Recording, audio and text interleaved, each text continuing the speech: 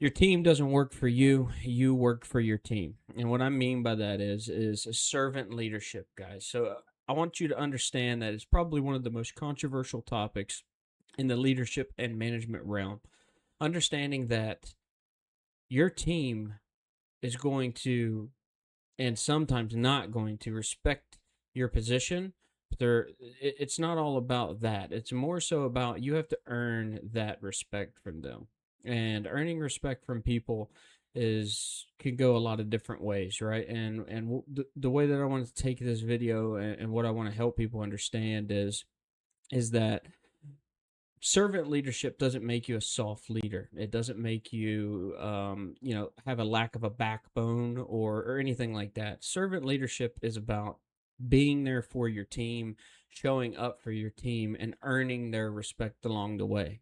Right. So a lot of people get promoted, and once they get promoted, they go out there and they try to just be the boss and be the finger pointer, and that tactic doesn't work. It may work for a little bit, it may work for short periods of time, but most of the time, anybody in a leadership or management role that goes through scenarios like that, you're going to see them start to taper off towards the end because they don't have the respect from their team. And a couple things that I want everyone that's watching this video to understand is none of us are perfect, and all of us have to go through learning curves to understand the certain aspects of leadership and the way that leadership is going to be handled. Accountability is something that's very difficult for most of either newer managers or people in newer leadership roles that are just jumping in. And what I want you guys to understand about when you're managing your teams and you're trying to gain their respect, most people think that gaining their respect is taking it easier on them, or not putting so much pressure on them, or you know letting them do whatever they want to do and then hoping that they like you. Guys, it's not the way to do it. It's not the way that it's meant to be done. Most employees want accountability. They want you to set the standard, they want you to live the standard, and they want everybody around them to encompass the standard, right? So, most teams, say, we'll just use an example. You have a team of 10, and, three of them are the bad eggs in the team, and then the rest of the seven, I'd say two of those will probably be mediocre, three of those will be mediocre, and so forth, right? Most of that team, except for the three underperformers, are going to want you to set that standard and to be consistent across the board. And that's a very different kind of topic that most leadership peoples, or whatever the case looks like, they just don't want to get into it, and they don't want to chat about those things. One of the hardest things in leadership is understanding that you can't go out on the floor if you're in a warehouse, and you can't just go out there and ask people to do stuff if you don't even know how to do it yourself. All right. I mean, and you can't ask them to do something and then you not even be able to do it yourself. And I want you guys to understand that in leadership, you have to be able to go out there and do what you're asking your people to do as well. It's super critical. It's super important that you go out there and you show your people that you can do exactly what you're asking them to do. If that's KPIs, if that's standards, if that's whatever that is that you're asking them to do, you have to be able to do it yourself, guys. Meaning, if you're asking, say you're in a middle management position, and you're asking one of your managers to go out there and have a difficult conversation with one of their employees, you, you can't be setting the standard that they should be having hard conversations with their employees if you're not having hard conversations with the coworkers of that manager. Does that make sense? And I think it's something that is a plague, and we have to really dig deep as leaders and as managers and find the best ways to get some of this stuff done. And as we go through this video, right at the end, I'm going to give you a personal story about this exact topic. You know, the saying, you as a leader, you work for your team. They don't work for you, you work for them in servant leadership. I want everybody to understand that that is not a simple and easy just recipe for leadership success, right? Like, you know, your people need to know, and I don't mean just like kinda or a little bit. They have to know deep down in their soul that if something happens and it goes wrong, that you are going to be next to them the entire time. You're going to back them. You're going to try to help them get through it. You're going to work through the issue with whoever is coming for them, their people, your bosses, whoever's coming for them. They have to know that you're going to be there for them. And creating that environment is much more difficult than me just sitting here on this side of a camera and speaking it to you. And I want to kind of go through some of the stories of my career and how I got into this, and maybe a slight introduction of who I am. So after that long-winded part of the video here, I want to kind of do an introduction and tell you guys who I am. My name's Blake, and I've been in leadership for over 12 years. I started in leadership at 18 years old. I had a guy that kind of seen how I worked and my work ethic, and I guess he seen something in me that I didn't even see in myself. And he promoted me to part-time, and I started working my way up. So I've got over 12 years of very intense, very intense operational and corporate leadership. And I want you guys to, join in on this journey that we're on, because I'm going to start being raw with you, and I'm going to tell you raw stories, not just the stories of my success. I'm going to tell you all of it. And, this is the Leadership and Fire show, Leadership and Fire podcast. I want you guys to join in and check me out. But anyway, getting into the story time. So, going into the stories of, as a manager, you work for your people and your people don't work for you. And something that really connects with me is right around when I was 19 years old. I was right at 7 to 8 months into my career, and I was struggling, son, and I mean struggling. I was really trying to take the whole team, put them on my back, and carry our way through this situation. I didn't have a lot of respect for my team at that point. They were really running me over, getting what I was letting them do whatever they wanted to do. I wasn't really setting the standard or holding anybody accountable, or really even, what I mean by holding people accountable is just, not writing them up, but literally just saying something. I wasn't even doing that.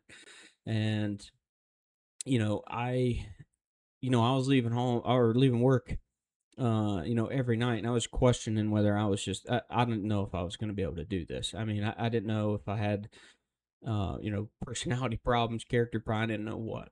But I remember, and there's no books here that I read or either any of that. So this story I'm going to tell you raw, that I went home that night and I just thought, okay, I got to use a different strategy here. I mean, I've got to set the standard, push it. I've got to do something. So over the next 6 months or so, my strategy that I use is kind of what I just told you: servant leadership, being able to go to your teams and serve them, right? And what I mean by serving them is telling them the hard things too. You've got to tell your people the hard stuff. If you go to them every single time and you're like, you're doing great, and they're really not doing that great, you're not serving your people, guys. The hard conversations is serving your people. Having the conversations that nobody else wants to have is where you're going to split the difference. You've got a tier of young managers that are in this arena here that's, holding their teams accountable. And then you've got a tier that's down here, and what they're doing is this bottom tier is skating by, and this top tier is doing this one simple thing. Servant leadership is about having hard conversations. Servant leadership is about saying the things that they don't want to hear, but you have to tell your people these things.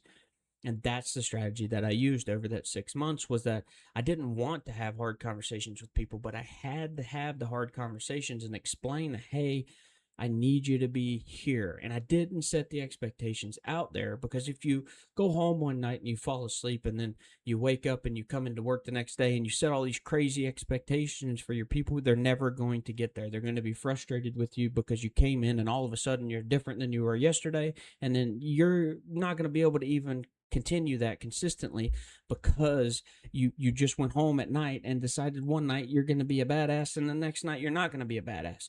So you have to build something that's consistent for you. And what was consistent for me was going in each day of those 6 months that I was transitioning into trying to become a efficient and effective leader. What I did was I set my own expectations apart from the company. So each individual, I would base it off of them, right? Their body type, the way that they, how old they are. What do I think they can realistically give me that is their best? And I would set an expectation for them based on my observation of what those individuals look like, how they performed, what their areas of expertise was, and I started to get to know them. And once I started to get to know these people, that's where these things started to shift. I started to understand that it doesn't matter if they're 65 or they're 20. Each person has an area of expertise. They have an area that they're better in, and that's what you have to exploit. Where are they? Okay. And what they're doing. And once you figure out where their strengths are going to be, that's when you can start to make adjustments. Now, around month 4, I had lost probably 4 employees. I had to either terminate or they quit. Because once I started to just kind of tighten it up a little bit, some people just fell off the boat. And that's a part of the game as well, guys. You're not going to be able to keep everybody around, and not everybody's going to want to jump onto your ship and ride it with you to the promised land. It's just not the way it's going to work, and that's okay. We have to understand that as leaders that sometimes we're just not going to be able to make the impact that we want to. But around that 5-month mark, I got a couple newer people in, younger people, and a couple older people. And you know what I did? I set my new expectation and my new goals as soon as they walked in the door. And that standard was set, and they knew it coming into it what the standard was really going to be. And that helped me out. So around month 7, month 8, I had about 5 or 6 core guys that could really do the job for me. And that was what separated me from the rest of the group. Was everybody else was using that, hey, you're gonna do this, you're gonna do it, and that strategy doesn't work, guys. At some point in time in your career, you're probably gonna have to use certain authoritarian roles like that. You're gonna have to use it, but when you're jumping into something new, you don't ever just jump in like you're the guy, you're the one that's gonna solve all the world problems.